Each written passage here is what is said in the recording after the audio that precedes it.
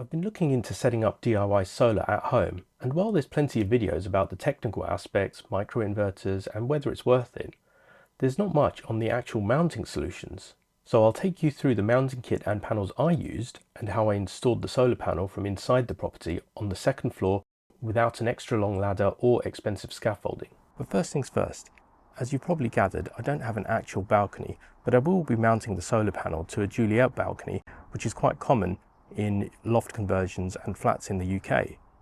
Originally, I bought this JA solar panel, which is a 460 watt panel, but measuring in at 113 centimeters wide by 176 centimeters long, there was no easy way for me to get it mounted all the way up there. Instead, I'm installing two of these 175 watt ECOFLOW panels side by side, which has increased the cost, but I have to say the build quality is very sturdy, and the ECOFLOW brand seems to have a good reputation, not to mention the actual installation would be far easier. These panels are 76 centimeters wide by 118 centimeters long, and at 10 kilos, they're half the weight of the other panel. This makes them a lot easier to handle, and they'll actually fit through the available gap in my loft doors. I also like the aesthetic of these panels, with the matte black frames and darker tint of the actual panels. Just to note, this isn't a sponsored video at all, and just based on my experience. To mount the panel, I bought two different sets of mounting brackets. I've linked to both mounting brackets in the video description. I actually ended up using parts from both sets to get the look I wanted. I bought these basic brackets because they were black, which matched the colour of the panels as well as the railings. They were cheaper at £26, but with these, you can only hang them flat against the balcony, which isn't an ideal angle for generating power. You'll also need your own solution for securing the bottom of the panel to the railings. The mount itself feels like it can take the weight of the panel, and it's secured with these long bolts, so I'm not worried about using them alone, but I would fix the bottom of the panel with at least a cable tie to stop it flapping about in the wind. This second mounting kit cost about £40 and comes with the mounting hooks for the top of the panel, but also extendable fixtures which attach at the bottom. This makes the whole setup very secure and helps stabilize the panel at a better angle to generate the most power.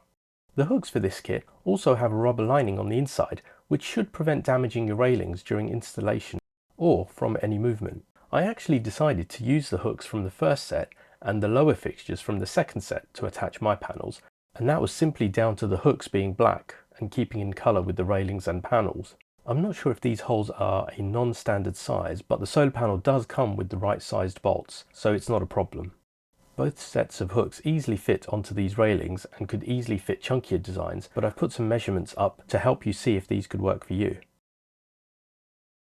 The silver mounting kit comes with a printed manual with clear instructions, but if you're doing it alone, it takes a little planning.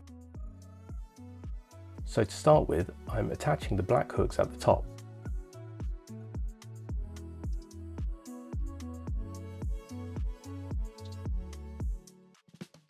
Before mounting the lower fixtures, you'll need to stick on the adhesive protective pads, which come included.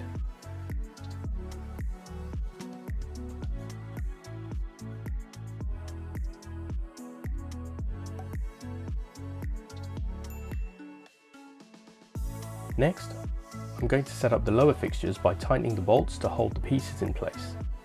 This will make installation easier when I lift the panel into position.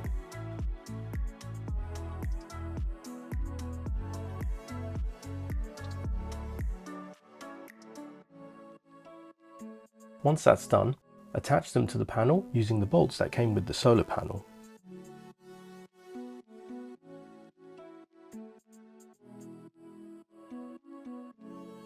And lower it into place.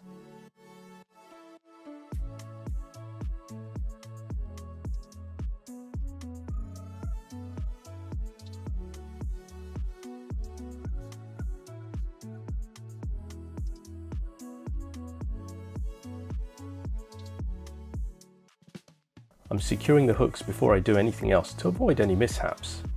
And when everything's in place, you can attach the lower fixtures to the railings like so.